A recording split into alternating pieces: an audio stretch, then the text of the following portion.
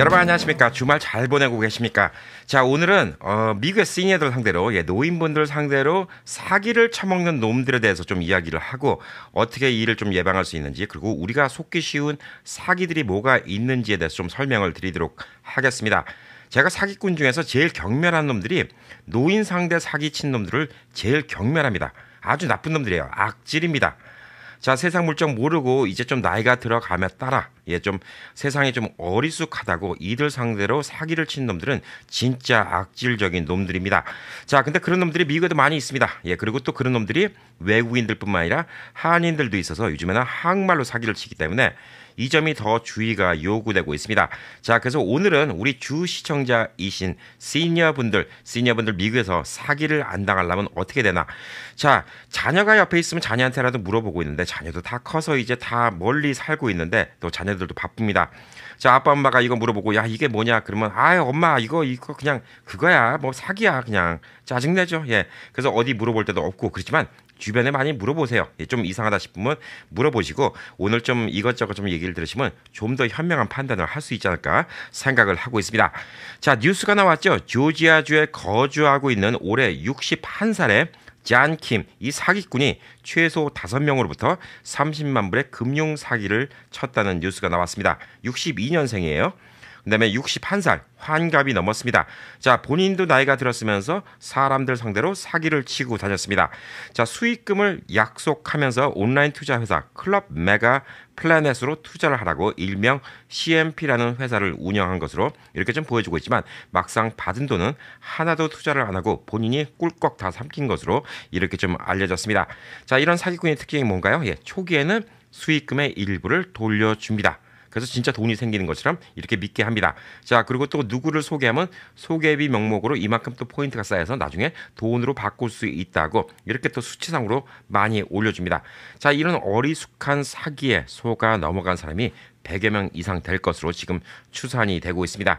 자, 또한 이 나쁜 놈, 이 사기꾼 이놈은 이 신앙까지 들먹이면서 이게 뭐 좋은 일을 하는 것이다. 신의 뜻에 따라 하는 것이다. 이런 식으로 하느님의 이름까지 팔아서 이렇게 사기를 쳤다고 합니다.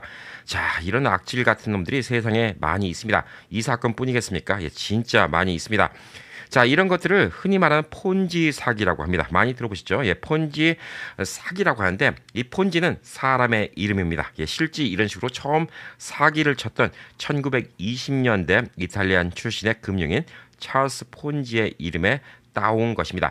자, 폰지 사기는 이윤을 창출하지도 않으면서 수익을 기대하는 신규 투자가를 모은 뒤 그들의 투자금으로 기존 투자가들에게 배당금을 지급하는 방식으로 운영되는 다단계 금융 사기 수법을 말하는 것입니다. 자, 처음에 10명을 모았어요. 10명한테 10,000불씩 받았습니다. 자, 그럼 10만 불이 돈이 생겼죠. 10명한테 얘기합니다. 당신 밑으로 또 새끼 일감은 그 사람의 이득금까지 당신한테 준다. 그러면 또 10명이 각자 10명씩 모아옵니다. 자, 그러면 어떻게 되겠죠? 갑자기 100명이 늘겠죠. 10,000불씩 내면 100만 불이 냅니다. 자, 그러면 처음에 왔던 10명한테는 우선 당장 끊으면 안 되기 때문에 그 10명한테 또 수익금이라고 그러고 한 1,000불씩 돌려줍니다. 자, 그리고 두 번째에 있는 사람한테는 또 수익금이라고 한 500불씩 돌려줍니다.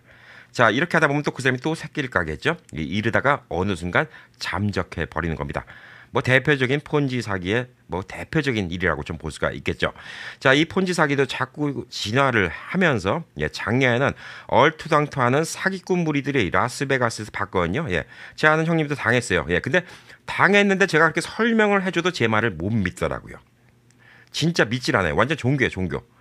옆에서 얘기를 듣고 오히려 저를 설득하려고 하는데 데리고 와보라고 얘기를 하고 있는데 와, 진짜 이런 무식한 놈의 사기꾼들 말도 안 되는 소리를 하고 있는데 그때는 또 비트코인 열풍이 불었잖아요. 비트코인까지 들먹이면서 이 폰지 사기를 하고 앉았습니다. 뭐 NFT가 어쩌고 저쩌고 막상 물어보면 깡통이에요, 깡통. 머리가 그냥 빈 통이에요. 아무것도 몰라요.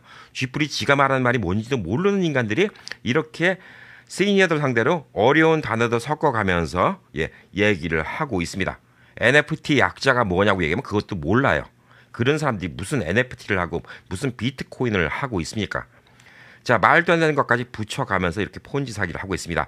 자, 이를 예방할 수 있는 가장 간단한 방법은 뭐냐면 말도 안 되는 것에 현혹되지 말라는 거예요. 그리고 수치상으로 금액이 많은 거는 아무 소용이 없습니다. 자, 이 비트코인 사기에 속아 넘어갔던 형님도 저한테 그래요. 전화기에 있는 앱을 보여줘서 돈이 이렇게 쌓여있다고 하는 거예요. 자, 그럼 돈을 꺼내보세요. 아, 꺼내려면 남한테 이걸 팔아야 된대요. 자, 이건 폭탄 돌리기예요. 수건 돌리기. 누군가 사간 사람은 또 돈을 못 바꿔요. 왜? 이 사람한테 돈을 받으라는 거지 이걸 발행한 곳에서 돈을 못 바꿔요. 그게 무슨 의미가 있습니까? 자기 돈을 10,000불을 집어넣었어요. 야, 지금 20,000불이 됐대요. 20,000불이 되고 30,000불이 되면 뭐합니까? 돈을 못 끊었는데. 자, 그러면 그 돈을 찾으려면 어떻게 해야 됩니까? 다른 사람을 끌고 와야 돼요. 그리고 그 사람한테 30,000불어치 팔아야 되는 겁니다. 그래야지 돈이 남는 거예요. 자, 이게 폰지 사기의 대표적인 사기라고 좀 볼 수가 있습니다. 자, 이런 사기꾼들이 이제는 한국말 하는 사기꾼들이 미국에 너무나 많아요. 이런 쓰레기 같은 인간들이. 자, 그래서 이런 사기꾼들을 우리 시니어 분들은 진짜 조심해야 됩니다. 자, 고소득에 현혹되지 마세요. 예, 이런 인간들이 고소득을 할 수 있으면 여러분들을 안 껴줍니다. 예, 그렇기 때문에 진짜 이 폰지 사기 여기에 대해서 혼돈하지 마시기 바라겠습니다. 자, 그리고 이제 많은 분들 이제 연세가 들면서 이제 건강식품, 약 이런 거에 관심이 많은데 이거는 사기라고 하기도 애매모호한 구분이 많이 있어요. 예, 그래서 여러분께 구분하는 방법을 좀 알려드리겠습니다. 약이라는 게 있고요. 건강식품이라는 게 있습니다. 물론 건강식품이 나쁘다는 건 아닙니다. 자, 건강식품 중에서 실질적으로 도움이 되는 건강식품이 많이 있어요. 예를 들어서 약으로 취급이 안 받고 있는 바이타민 같은 경우도 사실상 우리 건강에 되게 필요한 것이죠. 그리고 많은 건강식품들이 우리 몸에 좋은 것들이 많이 있습니다. 자, 그렇지만 이걸 통해서 병을 고칠 수 있다라고 얘기하는 놈들은 사기꾼들이에요. 뭐 코로나 기간 동안 그런 거 진짜 많았죠. 예, 이걸 먹으면 코로나를 뭐 나술 수 있다. 예, 이거는 사기입니다. 이거는 여러분을 혹하게 해서 물건을 팔아먹으려는 장사꾼들이에요. 약과 건강식품을 혼돈하지 마세요. 자, 여기서 혼돈이 제일 많이 되는 게 뭐냐면 미국의 FDA. 미국에 사신 분들은 뭐 다 알죠. 너무나 많이 들었기 때문에 FDA입니다. 자, FDA 약자는 뭘까요? Food and Drug Administration의 약자입니다. 자, 그래서 음식도 포함되고 약도 포함됩니다. 이게 문제가 있는 거예요. 자, 건강식품은 분류가 되면 음식으로 분류가 되는 거예요. 그것도 FDA의 소관입니다. 자, 약도 drug이기 때문에 FDA의 소관입니다. 자, 그래서 새로운 신약, 뭐 이번 코로나에 대한 뭐 특효 약 같은 거, 예, 이런 것들이 나오면 FDA에서 승인을 받고, FDA에서 지금 뭐 1차 승인을 받고, 2차 승인을 받고, 제가 그런 뉴스 많이 알려드렸죠. 그렇기 때문에 FDA라고 하면 되게 공신력 있다라고 지금 생각할 수가 있는데, 이를 이용하는 것이죠. 예, FDA는 음식도 등록을 해야 됩니다. 건강식품도 당연히 미국에 들어오는 거는 FDA에 등록을 해야 되는 거예요. 자, FDA에 등록하는 거는 어떤 입에 들어가는 건 무조건 다 등록을 해야 된다. 이렇게 보시면 돼요. 그래서 미국 내에서 FDA 등록 안 된 게 없어요. 예, 안 됐다. 그러면 이게 문제가 있는 거예요. 다른 나라에서 수입되는 건데 FDA 등록이 안 됐다. 그러면 이게 문제가 있는 거죠. 당연히 등록을 해야 되는 겁니다. 자, 그래서 FDA Register라는 게 있어요. 등록을 했다. 그다음에 FDA Approve라는 게 있어요. 예, FDA가 승인을 해줬다. 혹은 FDA Cleared, FDA를 통과했다. 자, 근데 FDA에 등록했던 걸 FDA Approve 혹은 FDA Cleared 이런 식으로 광고를 하면요. 이거는 진짜 큽니다. 연방법에 걸려요. 이거는 진짜 깜빵에 갈 수 있는 문제예요. 그래서 이들도 알기 때문에 그런 식으로 안 하는데 FDA Register라고 얘기하는 거예요. 등록됐다고. 자, 근데 FDA에 등록됐다는 거는 거짓말은 아니기 때문에 FDA에 등록된 제품이라고 표기에 적는 건 문제가 안 돼요. 근데 여기다가 FDA 로고를 써서 FDA에서 어프로브 받은 것처럼 이렇게 행동하는 것은 사기로 입증이 되기 때문에 이건 연방법에 의해서 크게 걸립니다. 자, 그래서 많은 건강식품에 FDA 레지스터 됐다고, FDA 등록됐다고 여러분들이 이 약이 엄청난 약일 것이다. 예, 이 건강식품이 아니라 약일 것이다. 이런 생각은 하지 마시기 바랍니다. 자, 그렇다고 건강식품이 몸에 나쁘다는 건 아닙니다. 근데 어떤 비양심적인 놈들은 말도 안 되는 건강식품을 가지고 특효약인 것처럼 팔아먹는 거예요. 이것도 사기라는 것이죠. 자, 그래서 코로나 기간 동안 많은 그런 일이 있었습니다. 이걸 먹으면 코로나가 낫는다라고 얘기하는 놈들은 다 사기꾼이에요. 자, 물론 면역력이 더 좋아질 수가 있고 또 신진대사가 더 활발해질 수 있고 또 피가 도는 게 더 잘 돌 수가 있었고 확실히 병에 덜 걸릴 수가 있고 좀 더 건강하고 활력차게 보낼 수 있는 건강식품들이 많이 있습니다. 자, 그렇기 때문에 이렇게 도움을 주는 건강식품들이 많이 있긴 하지만 이게 병을 고쳐주는 것은 아니라는 것이죠. 물론 병을 고칠 수도 있을런지 모르겠습니다. 예, 그렇다 하더라도 병을 고칠 수가 있으면 제대로 FDA에다가 다 통과를 시키는 것이죠. FDA에다 통과를 시키면서 실질적으로 병이 고쳐졌다는 걸 갖다가 다 입증을 시키면 FDA 어프로브를 받을 수가 있습니다. 자, 그러면 이 사람들은 이렇게 코리아타운에 광고 안 해도 돼요. 예, 뭐 떼돈을 봅니다. 미국 병원에서 다 사용할 거거든요. 진짜 이 건강식품이 코로나를 낫게 할 수 있다. 이거를 과학적으로 입증을 시켜서 FDA 어프로브를 받을 수 있으면 이 코리아타운에다가 이렇게 광고를 할 이유가 없어요. 이거는 그냥 미국 병원에서 다 사용을 하게 됩니다.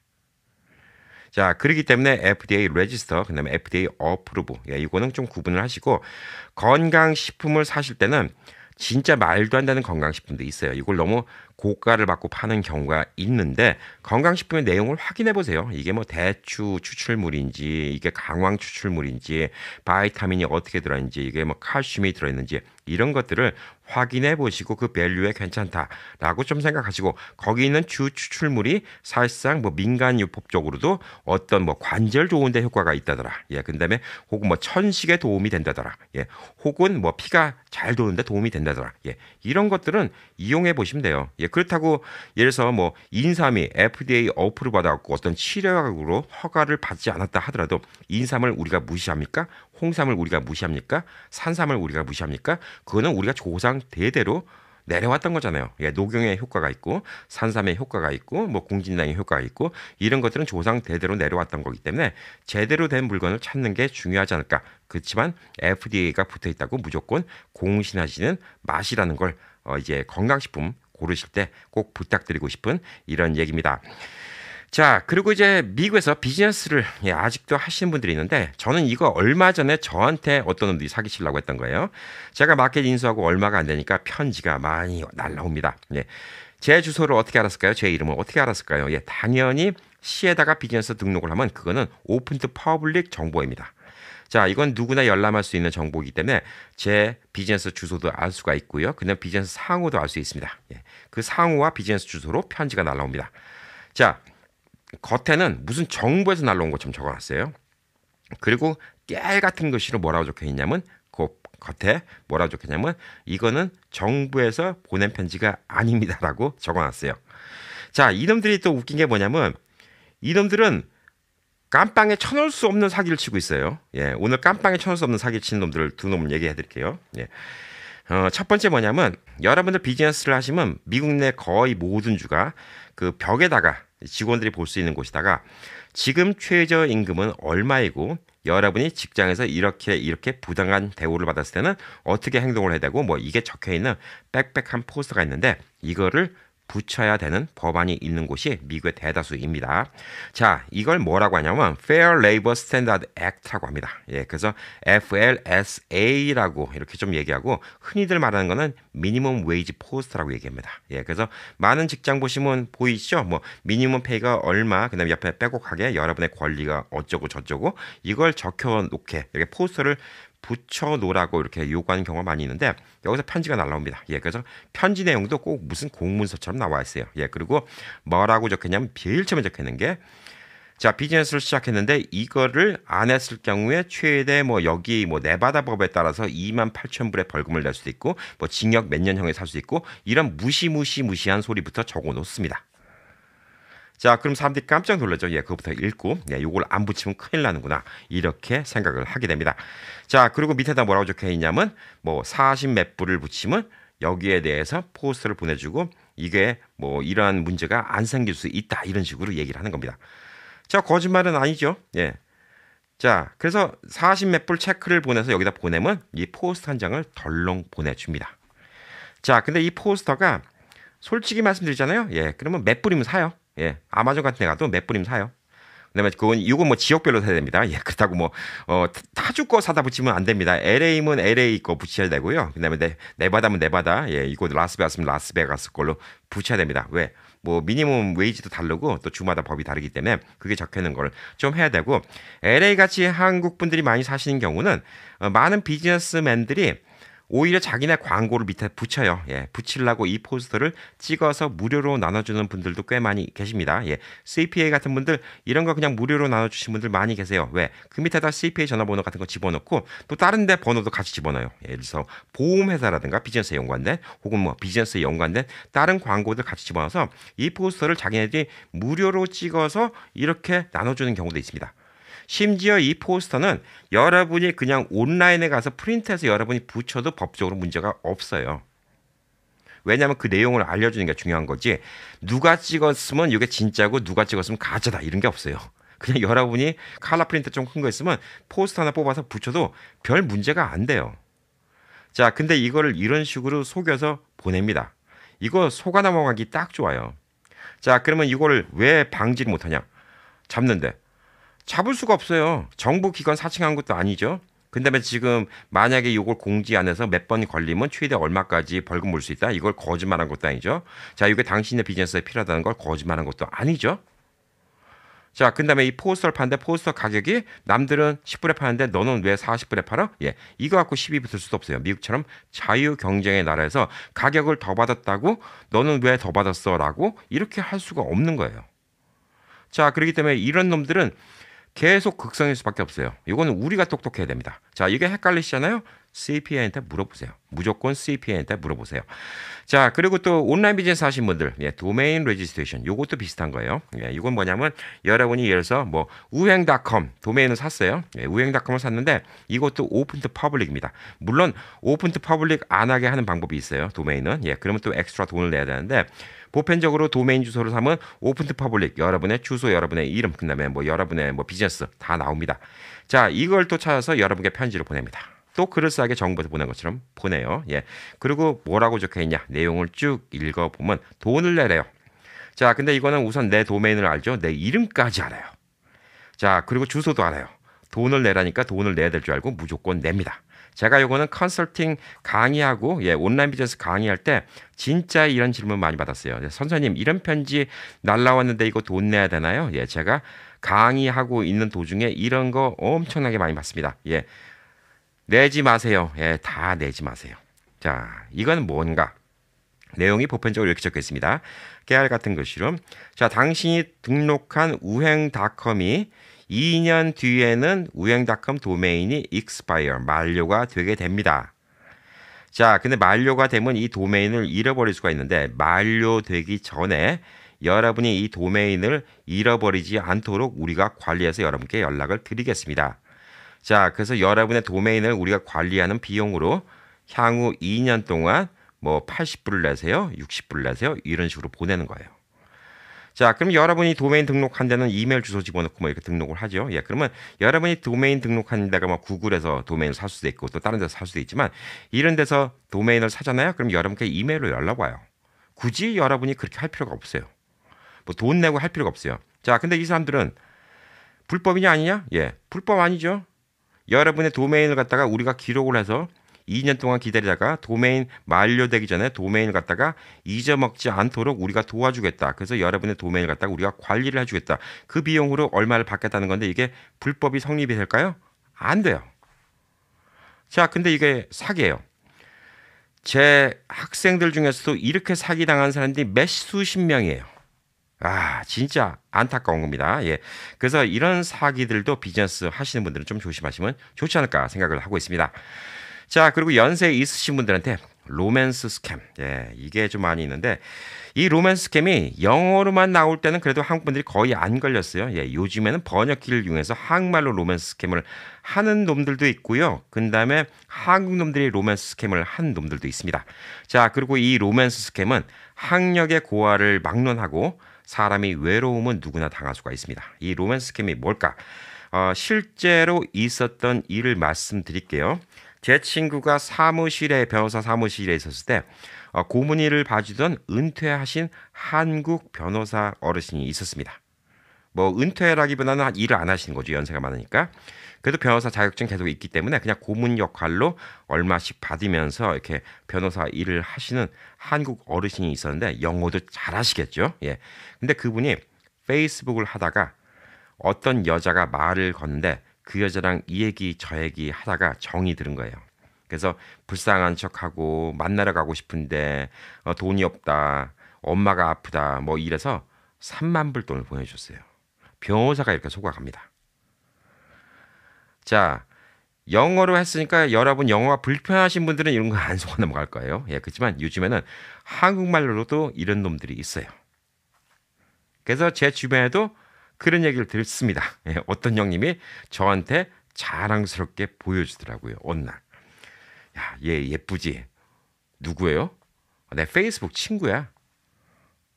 뭐 이렇게 젊은 애가 친구예요? 어떻게 알게 됐어요? 얘긴데, 아우, 얘가 불쌍한 애야. 얘가 지금 한국에 있는데, 지금 뭐 남편이 죽고 나서 애 혼자 키우는데, 아, 애가 참 성격도 좋고 싹싹하고 그러는데, 아, 참 애가 괜찮은 애야. 근데 벌써 얘기를 들어보니까 몇 달 동안 얘기를 나눈 거예요. 자, 그러면서 불쌍하다고 돈을 계속 보내주는 겁니다. 예, 그거 남자입니다. 남자. 야, 진짜 이거를 속더라고요. 그러니까 요즘에는 이렇게 한국말로 사기 쳐먹는 놈들도 많이 있어요. 한국에서 미국에 있는 사람들 상대로 일부러 사기 쳐먹는 놈들도 많이 있어요. 특히 이런 경우에는 어떻게 잡아 쳐놓지도 못해요. 한국에 있으니까. 자, 딸 같은 나이예요. 딸 같은 나이인데 물론 이분이 이제 연세가 있어서 어떤 뭐 성적인 거 이런 걸 바라고 이 여자를 만나는 건 아니겠지만 나이가 들고 혼자 있고 외로우니까 결국은 이렇게 딸 같은 나이가 얘기해 주는 것도 고마운 거예요. 그리고 얘기하다 보니까 감정이입이 되는 것이죠. 자, 그리고 뭐 남편이 사별하고 혼자서 애를 키우는 여자. 아, 이 여자 불쌍하니까 돈 보내줘야 되겠다. 나중에 미국 한번 가고 싶어요? 그러면 오, 와. 얼마 필요해? 아이, 뭐 이것저것 비행표 값하고 요즘에 갖고 한 10,000불만 보내주세요. 아, 그래, 10,000불 보내줄게. 예, 이렇게 사기당하는 경우 많이 있습니다. 자, 반대로 생각해 보세요. 암만 이제 그 미망인이고 혼자 있고 살기 힘들다고 아버지 나이 또래의 남성에게 이렇게 말을 걸고 사근사근하게 하고 이런 여자가 과연 있을 가능성이 몇 퍼센트나 될까요? 예. 솔직히 이런 것들 예, 많이 당하십니다. 자, 그리고 이게 남성분들만 당하시는 게 아니에요. 예, 여성분들도 당하시는 경우가 많이 있습니다. 자, 요즘엔 또 뭐가 있냐? 예. 카톡을 통해서 말 거는 경우도 많이 있습니다. 특히 단톡방 같은 데 들어가면 말을 거는 거예요. 말을 걸어서 뭐 이래저래 얘기를 합니다. 그래서 갑자기 가슴이 두근두근 설레이는 이런 이제 뭐 중년 혹은 노년의 여성분들도 많이 계십니다. 그래서 또 이런 분들이 또 사기당하는 경우도 있어요. 예, 그래서 이런 로맨스 스캠, 예, 진짜 악질입니다. 자, 반대로 생각해 보세요. 뭐 30대, 40대 남성이 60대 여성한테 이렇게 사근사근하게 우리 같이 새 출발하자 이럴 가능성이 몇 퍼센트 있다고 보세요? 자, 반대로 30대, 40대 여성이 지금 70대 남성한테 뭐 오빠 하면서 같이 나중에 살자. 이게 믿어지세요? 근데 여러분들 이렇게 얘기하면 아이, 나 같으면 안 속아라고 얘기하는데 면밀주도해요. 이런 사람들을 몇백 명을 관리합니다. 얘들은 몇백 명 중에 10명만 걸려라 해요. 자, 그래서 계속 얘기를 합니다.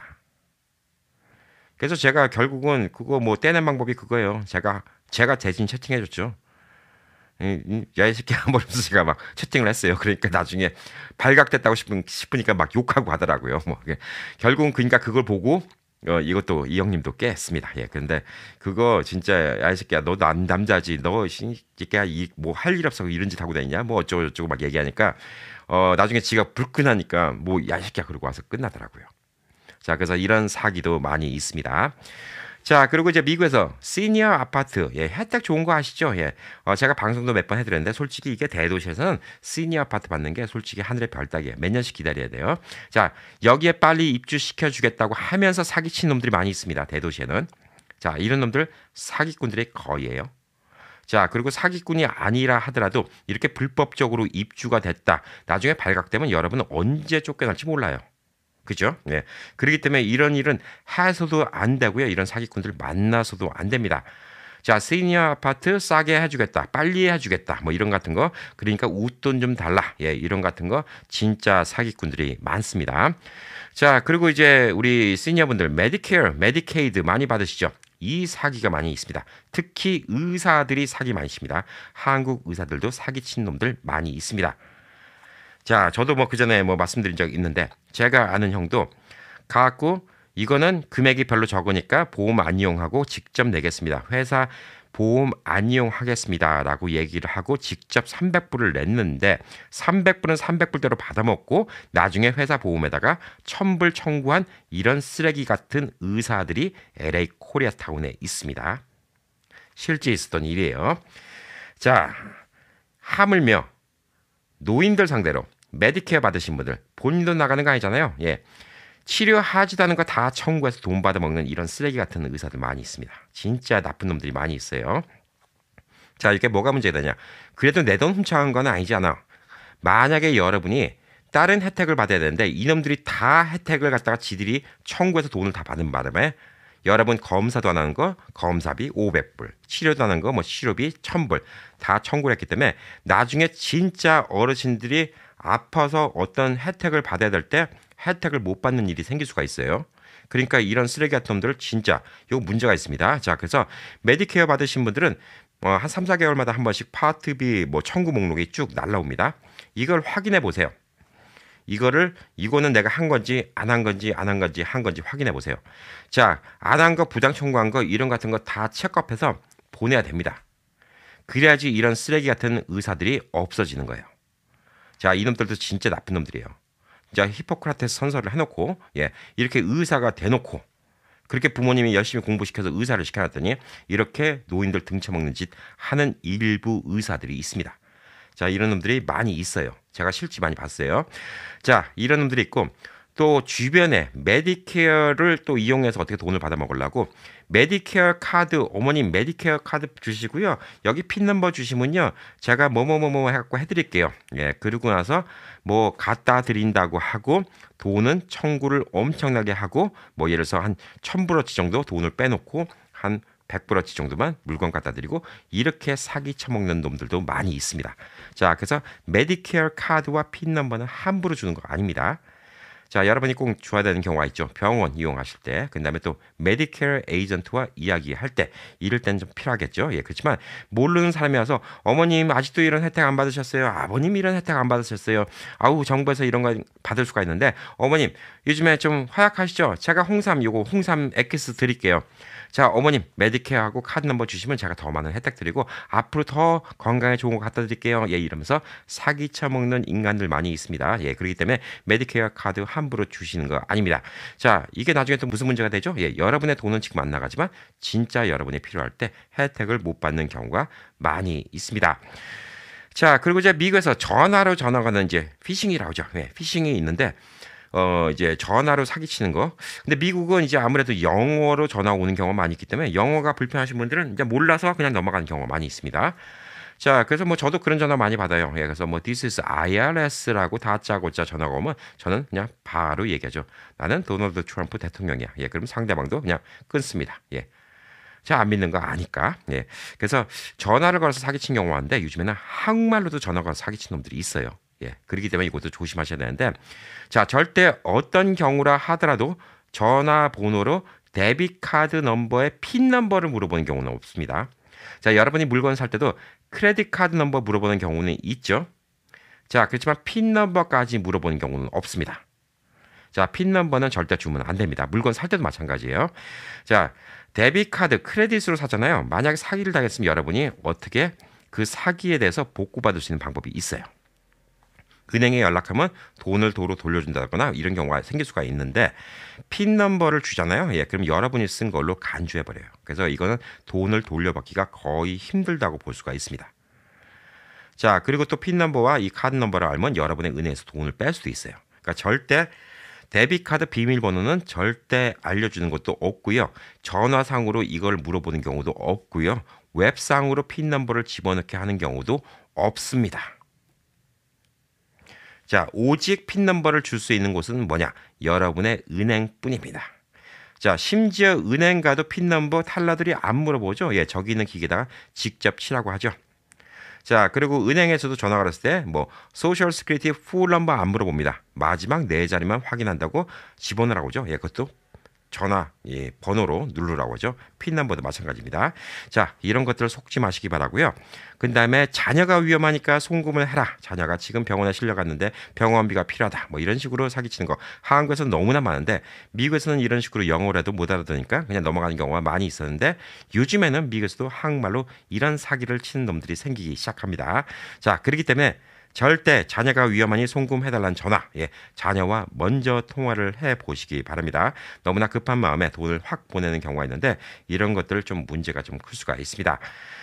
자, 그리고 이제 노인분들 중에서 이제 나중에 간병 서비스를 받으신 분들, 간병해 주신 분들 친절하고 좋으신 분들이 대다수입니다만, 가끔가다 이제 간병하시는 분들께 너무 친하니까 좀 부탁하는 경우가 있죠. 내가 좀 돈이 필요한데 내가 나갈 수도 없고 운전도 못하고 그러니까 좀 이 은행 카드 갖고 내가 데뷔 카드하고 핀 넘버를 줄 테니까 가서 돈 좀 한 500불만 뽑아줄래요? 이번에 손주가 오는데 내가 용돈 주고 싶어서 그래. 이런 부탁하시는 어르신분들 있죠. 혹은 체크, 수표 같은 거 내가 눈이 잘 안 보여서 그런데 좀 대신 적어줄 수 있어? 이렇게 부탁하는 경우들도 많이 있습니다. 자, 근데 이게 견물생심이라고요. 이렇게 부탁을 하면 사실상 착한 간병인도 나중에 욕심을 낼 수도 있는 거예요. 은행에서 카드를 받으러 갔다가 500불만 뽑으라는데 500불 뽑고 뭐 한 1, 200불 더 다른 데서 한 번 더 추가로 뽑는다든가 이런 식으로 할 수도 있다는 것이죠. 자, 그러기 때문에 이런 것들은 암만 믿는다 하더라도 쉽사리 이렇게 부탁하면 좋지 않습니다. 가족들이나 자녀들한테 부탁하시는 게 제일 좋지 않을까라고 좀 생각을 하고 있습니다. 자, 그리고 이제 뭐 미국에 계신 이제 한인분들 각종 종교를 많이 믿으시죠. 기독교, 천주교, 불교 뭐 여러 종교가 있는데 종교 단체 활동하시는 건 저는 아주 긍정적으로 생각합니다. 자, 근데 종교 단체 안에 있으니까 종교 단체 안에서 좀 믿음을 이용해서 돈을 빌리고 안 갚는 사람들이 많이 있죠. 혹은 뭐 보증을 서달라, 돈을 빌려달라 이런 사람들 많이 있습니다. 자, 심지어 목사가 돈을 빌려달라고 했다가 목사가 돈을 떼먹었다 이런 뉴스들도 교민 사회에서는 적지 않게 나오고 있습니다. 자, 목사님도 사기꾼이 될 수가 있어요. 그렇기 때문에 이 종교단체 안에서 돈 거래할 때 더더욱 조심해야 되지 않을까. 그리고 웬만하면 돈 거래 안 하시는 게 좋고요. 보증은 더더욱 안 하시는 게 좋지 않을까라고 좀 생각을 합니다. 자, 그리고 요즘에 또 많이 유행하고 있는 또 한인타운 안에서 유행하고 있는 사기 중에 하나가 뭐냐면 주택을 담보로 역모기지 사기가 있습니다. 자, 이거는 뭐가 있냐면요. 제가 그전에도 말씀드린 적이 있는데 예를 들어서 생명보험이 있으시잖아요. 돈이 필요하다고 생명보험 해지시키는데 저번에 어떤 분이 생명보험 들었는데 해지시키니까 페널티 물고 나고 세금 내니까 돈도 별로 안 나고 괜히 했어요. 너무나 안타까웠어요. 자, 생명보험은 해지시키는 게 아니에요. 연세가 있을 때까지 있으면. 그냥 생명보험 놔두시고요. 생명보험을 담보로 그 융자를 받으세요. 자, 왜 그게 좋냐? 생명보험 담보로 융자를 받으시면 그 융자는 내 돈이 아니기 때문에 세금을 안 내요. 생명보험하고 돈이 생기잖아요. 그러면 여러분은 세금을 내야 돼요. 거기 이득에 대해서. 생명보험도 뭐 여러 가지 있지만 거기서 여러분이 투자한 거 말고 여러분이 이제 뭐 다른 생명보험을 통해서 다르게 세금 디폴, 그러니까 탁스 디폴 받고 투자했던 금액에 대해서 이득이 생기면 세금을 내야 됩니다. 자, 이걸 누가 알려줬으면 참 좋았을 것이다. 이렇게 좀 생각하고 있어서 생명보험은 사람은 누구나 하늘나라로 가잖아요. 그렇기 때문에 돈을 빌려주는 회사도 생명보험금이 자기한테 온다는 걸 아니까 돈을 빌려주는 거예요. 그렇기 때문에 내가 지금 돈이 너무 없다. 그래서 생명보험 담보로 돈을 빌리는 거는 괜찮은데 생명보험을 찾는 거는 좀 원치 않은데 자, 이와 비슷한 걸로 뭐가 있냐면 내가 집이 있어요. 집에 보면 페이오프가 됐어요. 근데 자식들한테 돈을 물려주고 싶고 집을 물려주고 싶었는데 내가 너무 먹고 사는 게 힘들어요. 그렇기 때문에 자식한테 얘기했고 아빠 엄마가 너무 힘드니까 이 집은 아빠 엄마가 쓸게. 자, 근데 집은 내가 사야 되잖아요. 그래서 보편적으로 이제 집을 상대로 뭘 하냐? 세컨 모기지 론을 받으려고 해요. 자, 그러면 돈이 또 몇십만 불이 생길 수가 있죠. 그 돈 갖고 생활을 할 수 있기 때문에 세컨 모기지 론을 받을 수 있는데 이것도 마찬가지입니다. 자, 은행이 바보가 아니에요. 아버님, 어머님이 연세가 많으시잖아요. 그러면 세컨 모기지 론 받는 조건에 뭐가 필요하냐? 생명보험이 필요한 경우가 많이 있어요. 자, 지금 80 혹은 90이신 분이 돈을 빌려요. 자, 그럼 돈을 못 갚으면 어떻게 되죠? 이런 문제가 생길 수가 있어요. 보편적으로 집의 밸류가 높으면 생명보험 필요 없이 집을 담보로 해서 돈을 빌려주는 거예요. 왜냐하면 집을 뺏으면 되는 거니까. 100만 불짜리 집이 페이오프 됐어요. 지금 밸류가 100만 불이에요. 자, 아버님 어머님이 80만 불이 필요하대요. 80만 불 빌려줄 수 있겠죠? 왜?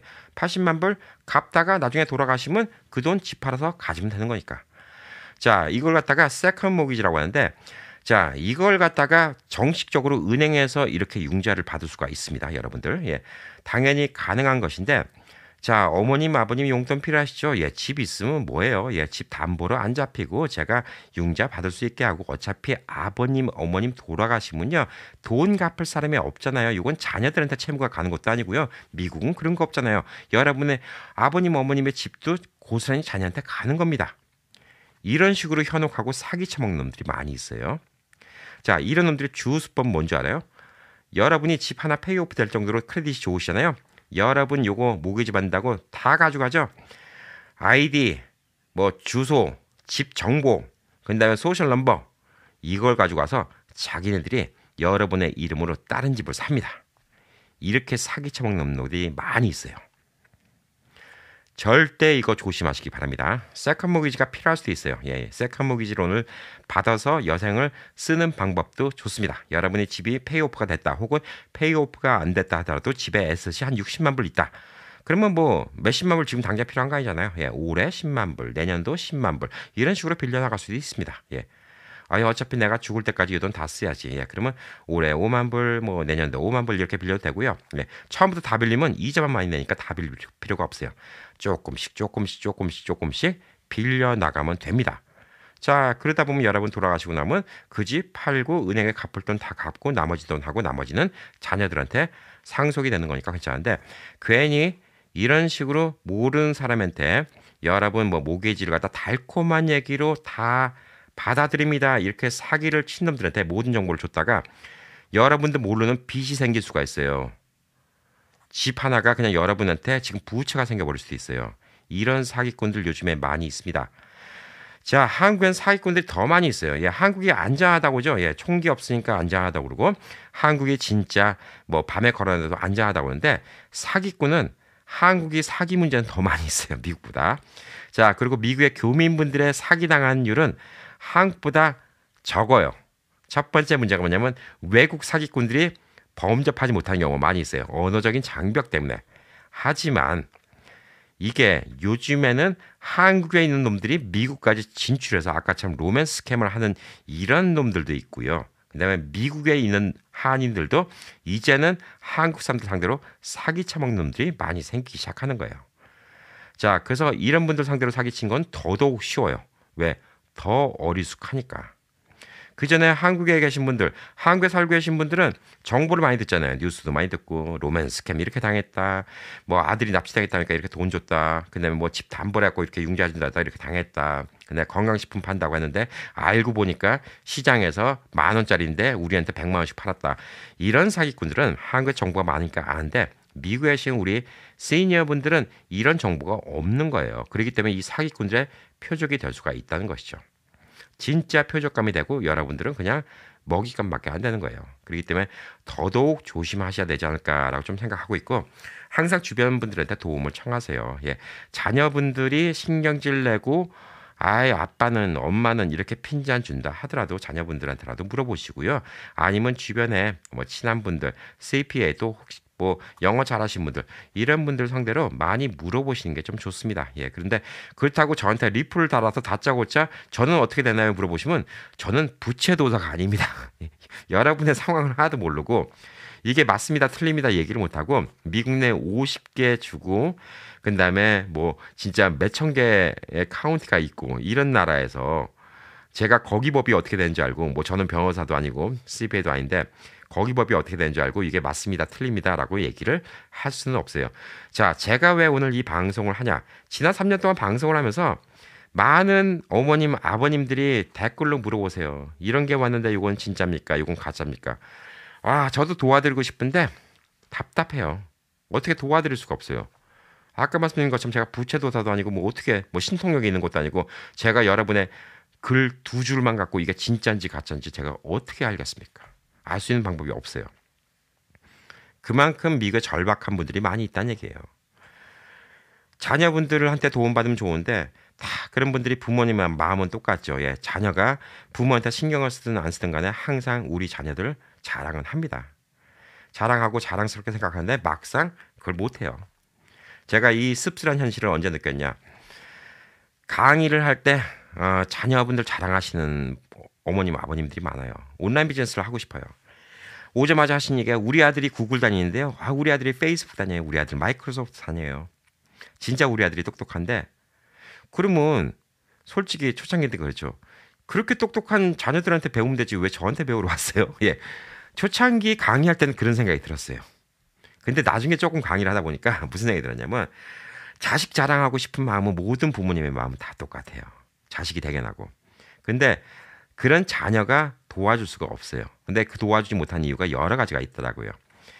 자녀의 한국말에 한계가 있다는 거예요. 미국에서 태어나갖고 한국말을 한다 하더라도 전문적인 분야에서는 한국말을 못하는 경우가 많이 있죠. 비즈니스를 도와줄 만큼의 고급 한국말을 못하는 경우가 많이 있어요. 그래서 자녀도 도와주고 싶은데 부모님을 못 도와주는 경우가 꽤 많이 있어요. 그리고 자녀가 타주에 가 있는 경우도 많이 있어요. 그리고 또 한 가지가 뭐냐면 자녀들 지금 뭐 20대, 30대 한참 바쁠 때인데 아빠, 엄마가 갖고 온 거 보면 자녀는 진짜 아빠, 엄마를 무시하게 되는 거예요. 우리 아빠, 우리 엄마는 이런 것도 몰라. 이거 눈에 뻔히 보이게 이거 사기인데 이걸 갖고 지금 나 바빠 죽겠는데 나한테 붙잡고 이걸 지금 진짜냐 가짜냐 물어보고 있는 거야? 이런 생각이 드는 거죠. 여러분들 옛날에 지금은 한국에서 한글을 못 읽는 분이 거의 없다고 봐야 되겠죠. 문맹률이 거의 없는 나라입니다. 한국은. 그렇지만 예전에 우리의 할아버님 세대, 이 세대만 하더라도 학교를 못 가서 글을 못 읽는 까막눈이라는 분들이 계셨어요. 자, 그런 분들 계시면 어떻게 되죠? 할머니가 손주한테 이것 좀 읽어줘. 그럼 손주도 할머니 무시하는 거야. 우리 할머니는 한글도 못 읽어. 그러던 시절이 있었어요. 저는 그걸 몰랐는데 그래도 저희 할머님은 예전부터 선생님이어서 한글 다 아시니까 일본어도 아시고 그러니까 당연하다고 생각하는데 예전에 친구 집에 갔더니 그 할머니가 그런 일들이 생기는 거예요. 특히 또 시골 쪽 같은 경우는 문맹률이 많이 있었죠. 근데 그게 지금 미국에 있는 부모님이 똑같은 식으로 자녀들한테 취급당하는 경우도 있어요. 그래서 저는 우선 부모님들이 판별력이 있으시길 바란 거고요. 그다음에 자녀들이 도와줄래도 못 도와준 현실이 있어요. 첫 번째는 아까 말한 것처럼 자녀가 고급 한국말을 못하기 때문에 부모님께 설명을 해드리기 힘들어서 못 도와드리는 경우가 있습니다. 비즈니스도 마찬가지고 이런 스캠도 마찬가지입니다. 자, 그리고 두 번째로 자녀가 물리적으로 멀리 있어서 못 도와준 경우도 있습니다. 자, 그리고 세 번째, 이건 좀 자녀가 싸가지 없는 것이긴 하지만 어렸을 때부터 자꾸 부모님들이 이렇게 물어보니까 자녀들이 어느 순간부터 우리 아빠 엄마는 무식해. 그리고 자녀들이 아버지 어머니를 무시하는 이런 싸가지 없는 이 자식들도 있어요. 이런 새끼들도 있어요. 새끼가 내 새끼들은 요건 아니죠.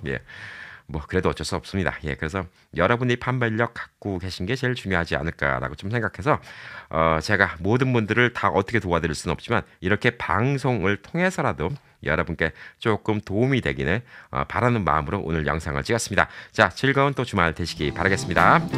파이팅!